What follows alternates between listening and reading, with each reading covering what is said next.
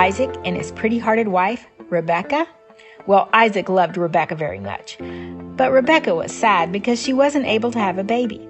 So Isaac begged God to please, oh please, let Rebekah have a baby. Well, God heard Isaac's prayer and said yes. So Rebekah's tummy got big, big, big. Wriggle, kick, shove, bump, bump, went her tummy. So much wriggle, kick, bumping that Rebekah thought maybe something was wrong. So she did what all wise people do when they are hurting. She talked to God about it. God explained, 2 nations are in your tummy. One nation will be stronger than the other. The older boy will serve the younger boy.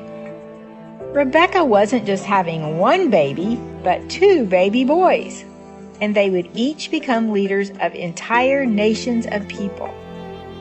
Finally, the time came for the 2 boys to be born. The first baby was red all over, like red hairy clothes. So they named him Esau, which means hairy. When his younger brother arrived, his little hand was grabbing hold of Esau's tiny heel.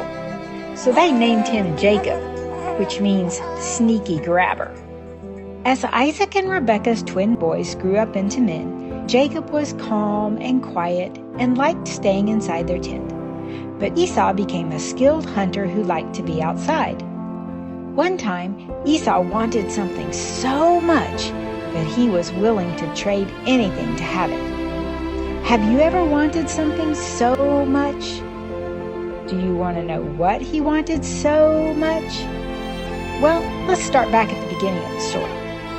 One day, Jacob was at home like he usually was, and he was cooking some bean soup. When Esau came in from being outside and hunting all day, he was super hungry.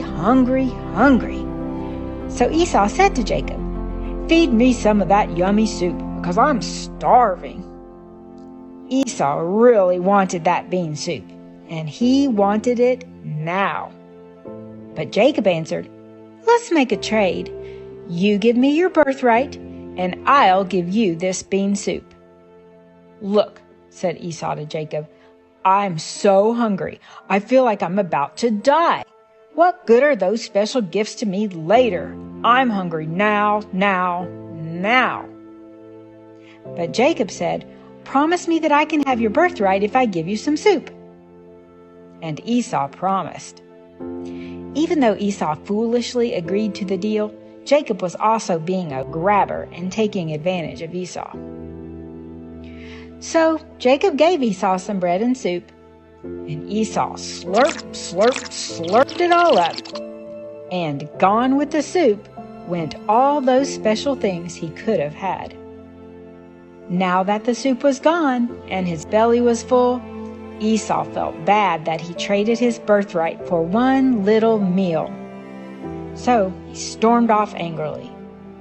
Later, Esau cried and cried trying to get his birthright back, but it was too late. Some decisions have consequences that can't be undone, no matter how much we cry and cry. So we have to be careful about what we want, don't we? Because when you want things that are seen world temporary things instead of unseen forever world things, then you are giving away some of your heart that is meant for God alone. So please don't ever make a foolish trade like Esau made. Isaac lived a long time. He was old. As Isaac got older, he couldn't see, and his body was so weak he could hardly get out of bed. But Isaac wasn't afraid. Soon he would get to be with God. But before he died, Isaac wanted to bless his firstborn son, Esau. When people who trust God bless other people, God hears and he can make those things happen. Isaac wanted God to bless Esau because he hoped God would do wonderful things for Esau. So Isaac had an idea. He knew Esau liked to go hunting, and Isaac liked to eat the meat. So Isaac told Esau, "Go out in the field and find an animal to shoot with your bow and arrow. Bring the meat home and make a special meal for me. Then I will bless you." Well, when Rebekah heard what Isaac had said to Esau, she was not happy about it. Rebekah thought Isaac should bless Jacob instead. Rebekah remembered what God had said when Jacob and Esau were in her tummy. God had said, "The older will serve the younger."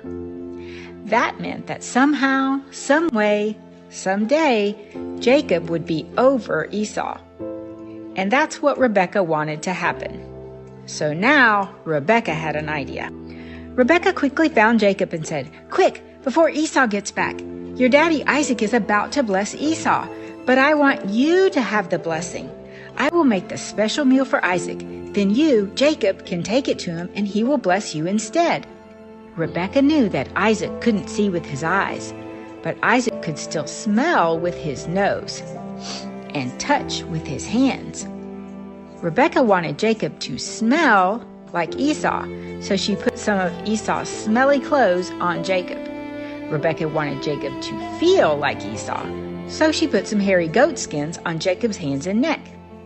Now Jacob smelled like Esau, and Jacob felt like Esau. Then Jacob took the food and went sneaking into Isaac's tent. Then Jacob did something terrible. He lied to his daddy. Jacob said, "I am your son, Esau." Isaac thought, "This sounds like Jacob's voice." But Isaac felt Jacob's arm, and it felt hairy like Esau because of the goat skins. Then Isaac sniffed,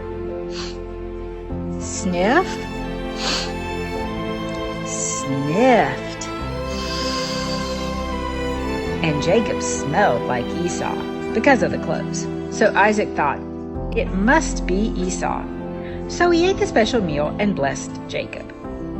Isaac thought he was blessing Esau, but really he was blessing Jacob. Just then, Esau came back home with the animal he had shot with his arrow. Esau cooked the special meal and took it to Isaac. "Here I am with the food, Daddy. I'm ready for you to bless me." "What?" Isaac began to tremble. Who was just here? I blessed someone else already." When Esau found out Isaac had given his blessing to someone else, he started to wail. "Bless me too, Daddy," Esau asked. But Isaac said, I can't. Jacob already has your blessing. I can't take back what God has done." When Esau heard that, he got sad. Then Esau got mad. So Jacob had to leave home to get away from Esau.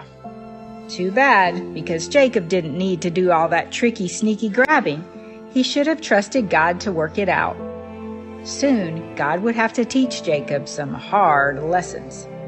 But keep listening. Eventually, God will be able to finally trust Jacob with blessings. After Jacob sneakily stole Isaac's blessing from Esau, Jacob left home because Esau was so mad at him. Jacob headed off to his mother Rebekah's old homeland. Every day Jacob would walk, and at night he would find a place to sleep. One evening as he walked, Jacob realized the sun was setting and he had better find a place to set up his bed. But Jacob was in the middle of nowhere. What should he make his bed out of? He pulled a blanket out of his pack. That'll do. And what about a pillow? Jacob looked around for something that looked like a nice pillow, but he didn't have very many options. So do you know what he used for a pillow? He used a rock.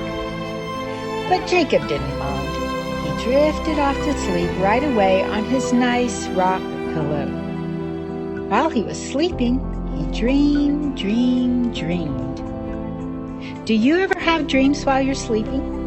Have you ever had a really special dream that you didn't want to wake up from? Well, that was the type of dream Jacob had while he was sleeping on his rock pillow.